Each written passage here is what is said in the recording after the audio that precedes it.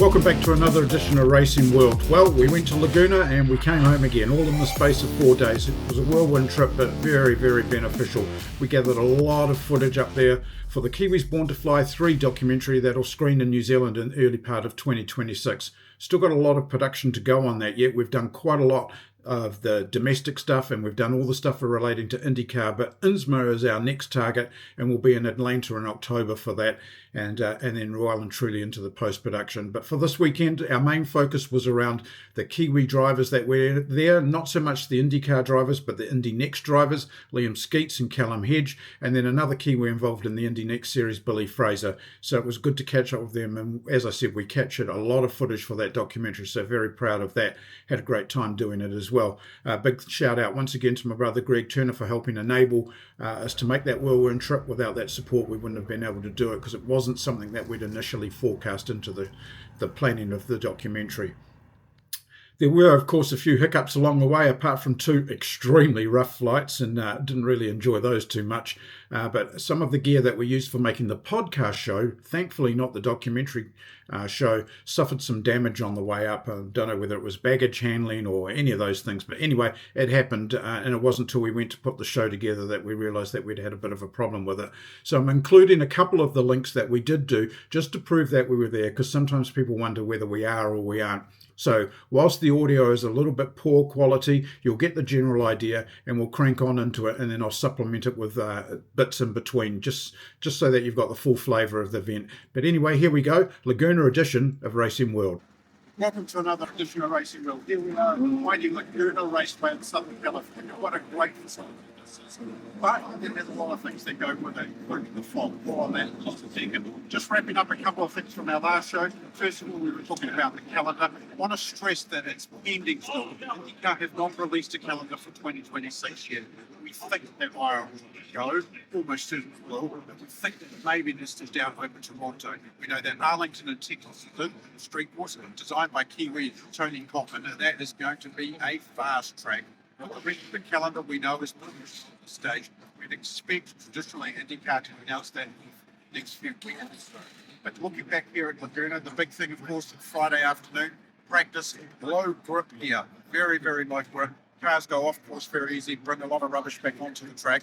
So there was a lot of things to take into account in the 90-minute session that took place. After that session was over, I got to talk with Christian Lundgaard and Callum about that grip situation here.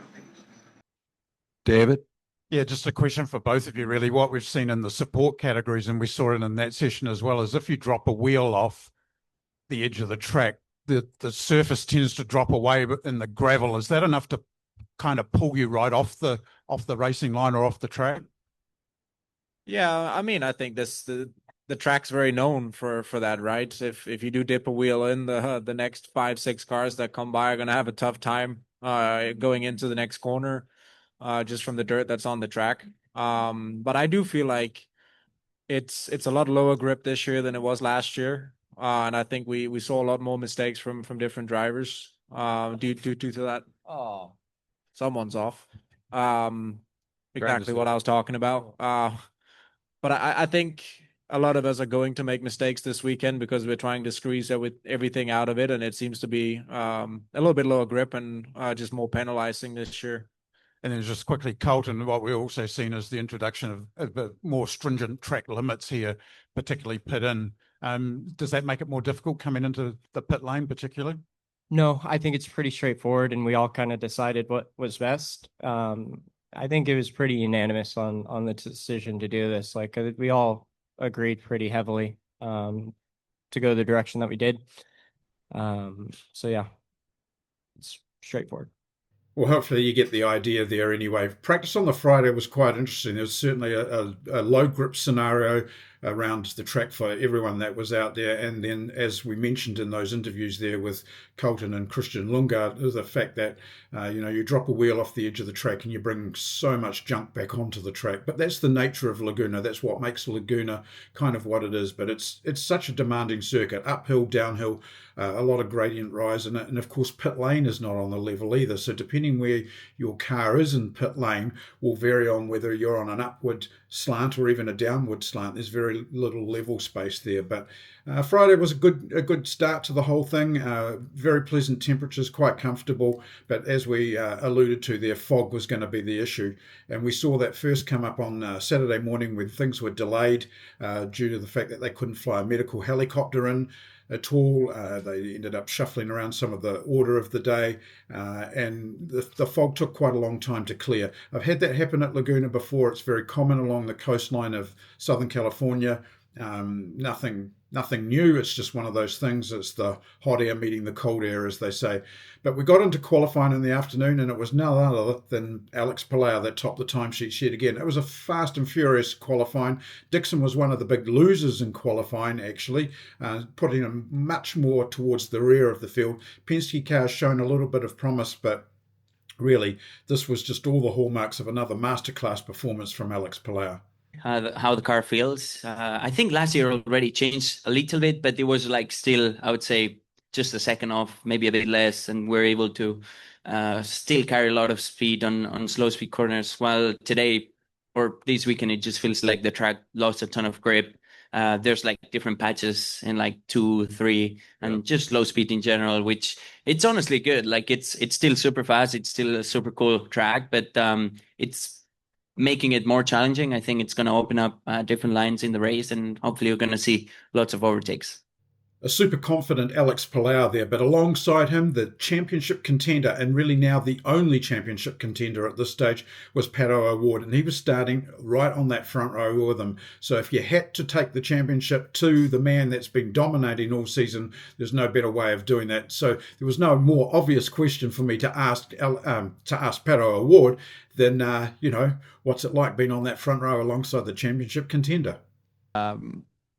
We're obviously the only two that can win the championship now, and I'm the one that's chasing down pretty hard. So much rather be next to each other than not. So usually if you're next to him, it means that you've been qualifying well, because he seems to be the master this year at that, and we seem to be a little bit more of a stranger to the Fast Six. But our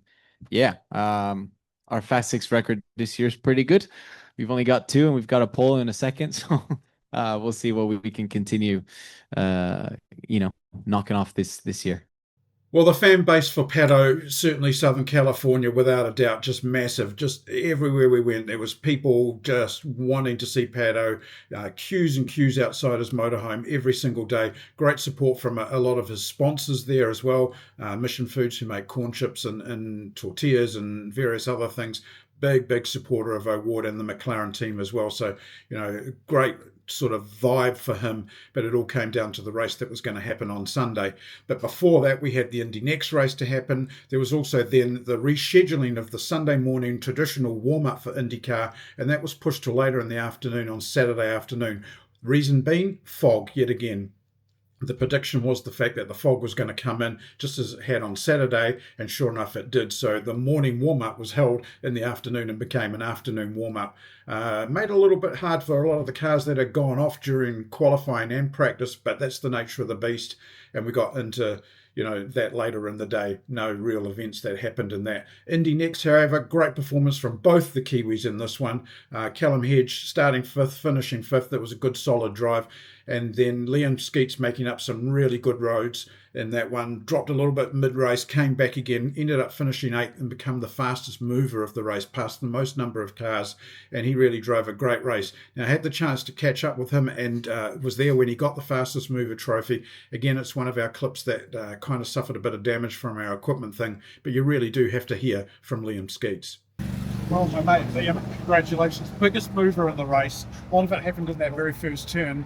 But it took guts and determination, and you hung in there. Really proud of you. Great race, wasn't it? Yeah, it was a good race. I think qualifying was disappointing getting that far back, but yeah, we fought back through the field really nicely.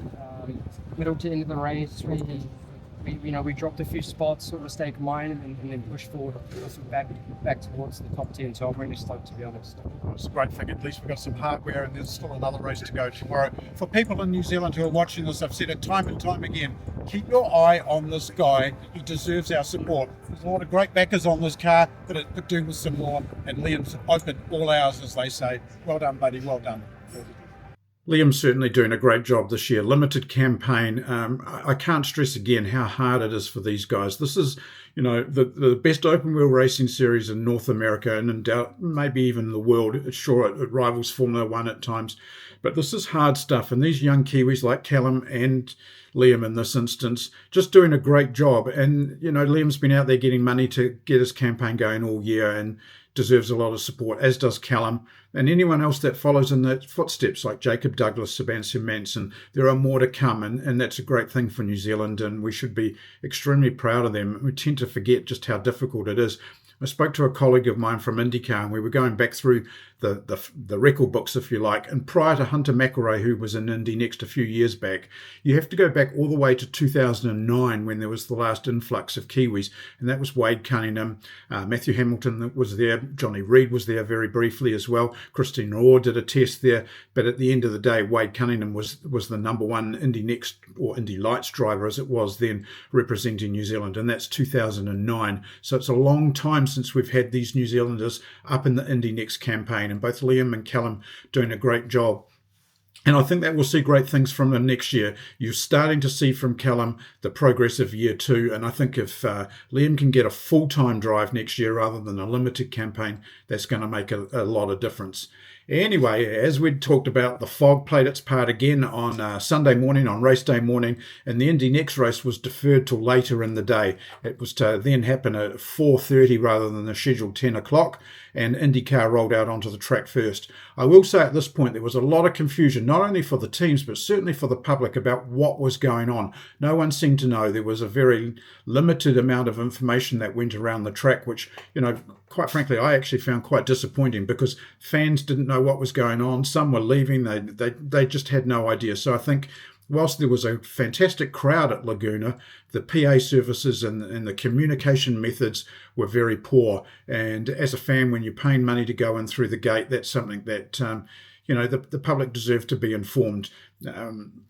We'd actually left the pit lane with the Indy NXT cars on the grid ready to go for the race, and we'd gone down to turn 1 to watch them come through there, only to find that nothing happened. And we walked back and we found that the Indy cars were on the grid and the Indy NXT cars were back in the paddock, and there'd been no single PA announcement about that at all. So, just something that, caught my attention and kind of left me wondering a little bit. Onwards to the INDYCAR race itself, and really it was another masterclass from Alex Palou. He just dominated that race. He had the ability to pull away when it suited. There was lots of other things going on behind him, but whenever he got in that position, he could just gap the field. And from restarts, he was clearing them out by 4 or 5 seconds within the space of a couple of laps. And it certainly showed a great just dominant performance from him. Dixon was a great mover in the race, got himself up to 4th, had some great battles, ultimately finishing 5th. Colton Herter and Christian Lundgaard were in amongst it. We'll hear from them in a minute. But, this was all about Alex Palou taking his 8th win out of 14 races this year, equaling only Mario Andretti, AJ Foyt and Unser in terms of winning that number of races in a season. And we've still got 3 races to go, so anything's possible there for Palou. Now, Palou was a bit difficult to track down after race, but we were in the pit box as he crossed the line. And as you can see from these shots here, the emotion from his father there in the grey sweatshirt, the team itself, and then Alex bringing the car into the pit lane up to victory circle after the race.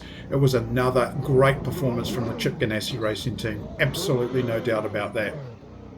Onwards to the press conference, I got to talk to Colton Herter and Christian Lundgaard again, just about how their race had gone. With the amount of deg that we had, I think the alternates they were lasting from a pace perspective, but again, balance was very tough at the end of stints, and I knew that from my own first stint. So really, it was just a very similar race for me compared to Barber.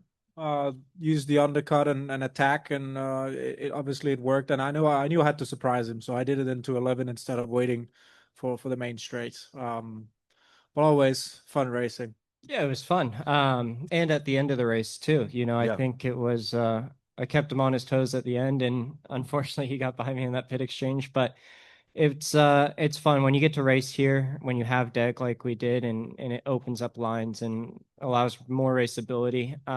It makes this place a lot of fun. For me, this is my favorite racetrack in the country. And it really is. I treasure every moment that we get to bring IndyCar here. It's a super track, and it deserves IndyCar, and it needs IndyCar. And it's we go well together. So Yeah. Love racing IndyCars here. Love the ability that the track kind of weathered and opened up lines, and now you can race here a lot better than the last 2 years. And I think it shows that it earned its spot on the calendar for sure this year. Very interesting thoughts on how those boys thought the race played out. As a race, it kind of had ups and lows, as I've said. It was a bit all over the place. But again, Palau just dominated everything. I always thought that maybe under the restart scenarios, other guys would catch him, but he just had that ability to pull away, and just he totally owned the race. There's absolutely no doubt about that. For the teams themselves, they were spending Monday at the track at Laguna, for most of them anyway, doing rebuilds on the cars. Then the haulers were heading straight to Portland, while the rest of the team flew back to Indianapolis or their bases to have a well-earned few days off before flying out next week to the Portland International Raceway for the road course event there, and then the short 2 ovals to round out the season. Yes, that's right, the season will be over then, both Milwaukee and Nashville. So will we see more wins from Palau? I think we will. I think, Portland could favour him. Not so sure about the small ovals, but certainly those ones, and that'll recreate record books. It really is his championship now. All he has to do is start these remaining 3 races. That's right, he just has to start them, and the championship's his. So it's even kind of almost on the verge of being out of the grasp of Pato now, and the title chase, or the race, really is for 2nd, 3rd and 4th in the championship. Dixon in amongst that. So yeah, as I said, it'll be interesting to see how it plays out. As for Laguna, yeah, it's a great part of the country. We stayed in Hollister, as you can see here. It's a little township about 45 minutes away from the track itself. Very agricultural area, without a doubt. A lot of crops grown there: strawberries, artichokes, capsicums, peppers, garlic, you name it. It's all there. But it gives you a great impression of the vastness of America and Southern California. And yeah, Hollister was a quaint little place to stay. It's a very last minute booking, but it was good. So we enjoyed our time there. And then, of course, rounding out that weekend was the 2nd Indy NXT race. Callum Hedge taking a podium position in that. Really well done. The secret there, I think, in that race was the fact that Callum was full of the flu. I talked to him on Sunday morning, and I kept my distance, actually, because he wasn't looking too flash. But to get up on the podium was a great round out for the weekend. His mum and dad were there. Steve Horn and Christine Horn were there as well, longtime supporters of Callum. So it was a good performance from him. First time he'd been on the podium since Detroit 2024. So again, really, really cool to see Callum there. Liam had a bit of a mixed bag race, got caught up with something early on in the race, and ultimately that put him out of the race. But as I said, the big thing for Liam Sceats next year is to be in the series full time, and I'm sure he's going to find a way of doing that. So great performance from there. Little comment here, however, from Callum. It was a solid weekend. We've had a rough season so far. Like, we just really haven't been able to put together a weekend. But yeah, big thanks to the sponsors and the people behind me that have stood by my side. Tony Quinn Foundation, Gill Trap Group, Steve Horn, and Tas Motorsports Group. So really owe a lot to them. This podium is for them. Also want to make a special mention to the Able Motorsports crew for sticking behind me as well. Yeah, I mean, we've had a pretty tough run, to put it bluntly, right? We've not really put together a weekend. We've really just struggled to carry our pace from testing into the race weekends, and not really too sure where we've gone wrong there. We struggled a lot in the hot temperatures. So yeah, we've spent a lot of time looking at it, trying to work on what we can do. Just a big credit to the Able Motorsports crew. They've stuck behind me. Like I mentioned before, my sponsors, they've continued to back me all the way through the tough season.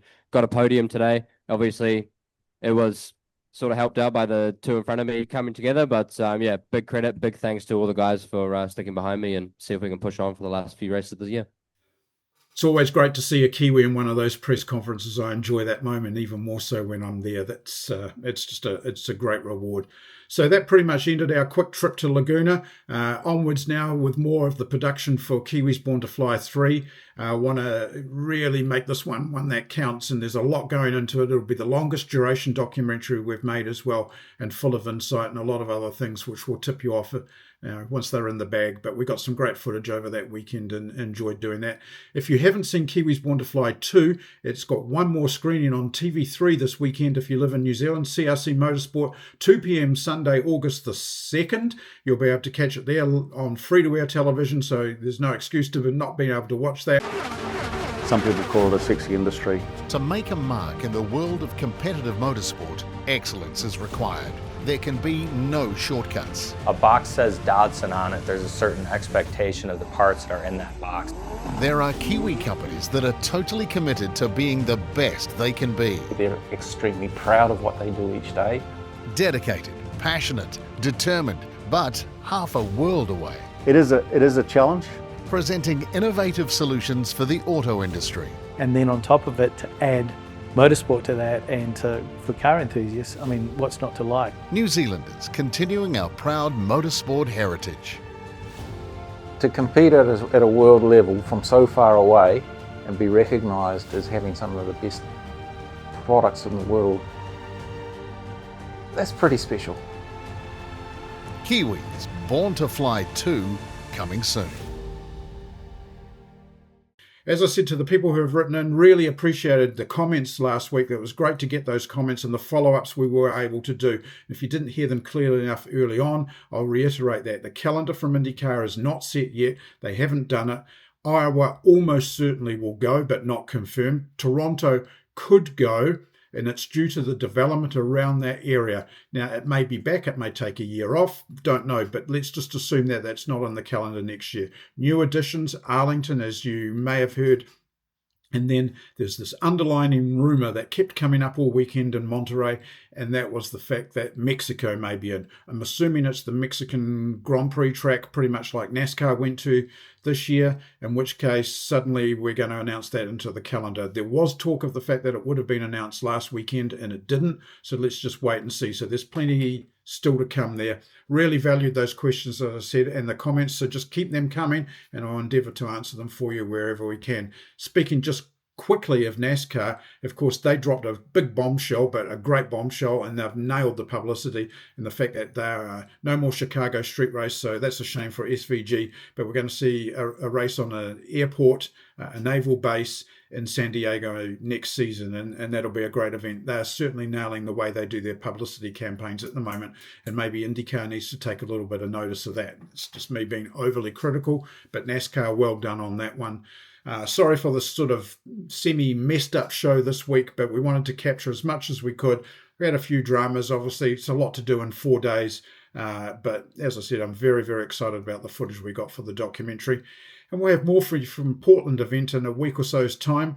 But until then, thanks so much for enjoying the show. Don't forget to share, like, subscribe, and comment. I'll reply to those comments for sure. And thanks so much for watching Racing World.